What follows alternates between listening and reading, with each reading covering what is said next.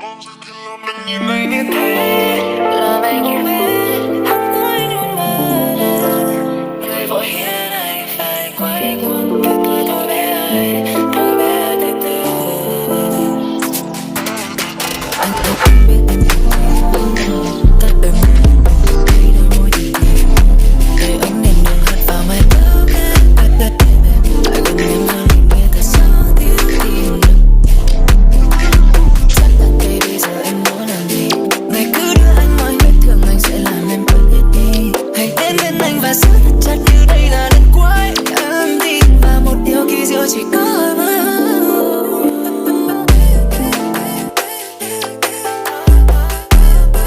cái chú không ngủ được ăn đâu.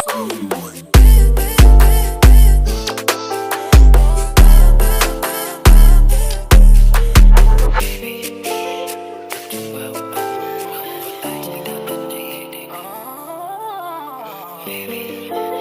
tập trung vào đi.